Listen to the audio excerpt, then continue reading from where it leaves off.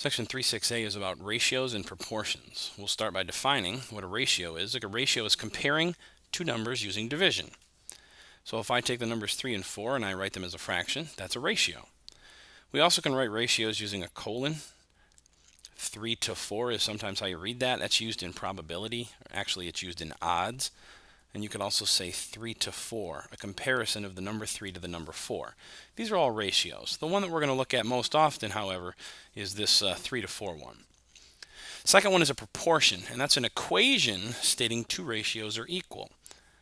So you start with a ratio, in this case 2 to 3, and we have an equation. That ratio has to equal another fraction that is also equal to it. In this case, we'll say 10 over 15. Now, why? Because 2 times 5 is 10. And 3 times 5 is 15. So we increase each one of these numbers by a multiple of 5. This is a proportion. These are equal, and it's an equation showing that. Here we have to determine if the following is a proportion. In other words, are these two fractions equal to each other? That would make them a proportion. Well, I'm going to show you two ways to do that. First of all, I want to look at the second fraction because it has bigger numbers. And I want to see if these numbers are multiples of 4 and 5.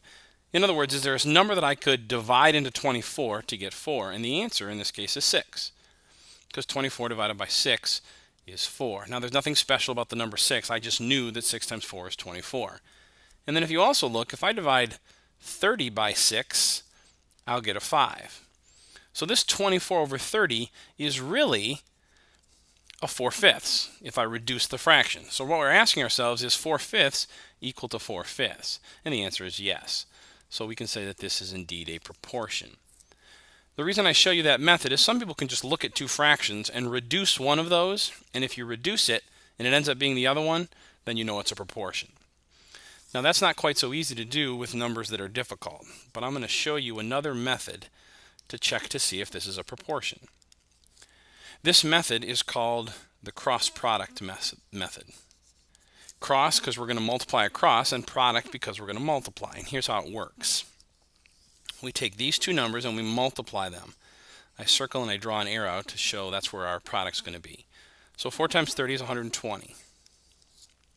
Then we also multiply these two numbers across. I draw an arrow to show you where their product's going to go. 5 times 24 is also 120. And since 120 equals 120, then we know that these two fractions form a proportion, so we can say yes.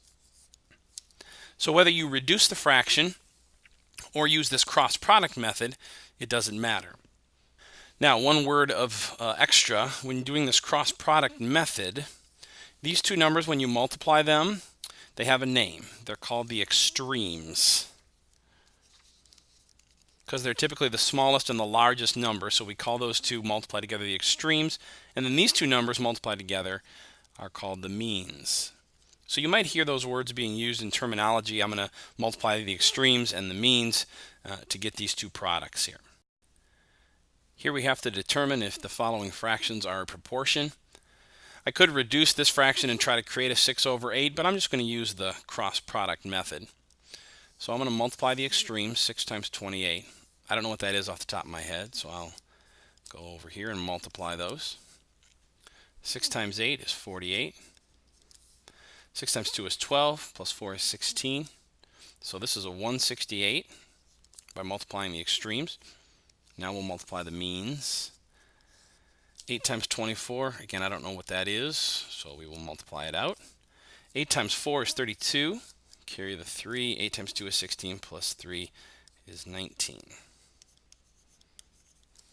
So we can look at these two numbers and we say that 168 does not equal 192. And the cross product says that if those two products are not equal to each other, then this is not a proportion. Here we're going to determine if this is a proportion, these two fractions. Here we have decimals, which makes it a little harder, so I'm going to use the cross product method, multiplying the extremes. 0.4 times 1.4. 4 times 4 is 16, carry the 1. 4 times 1 is 4, plus 1 is 5. Now, two decimal places, so I move the decimal 2 spots to the left, so 0.56 when I multiply my extremes. And then I'll multiply the means.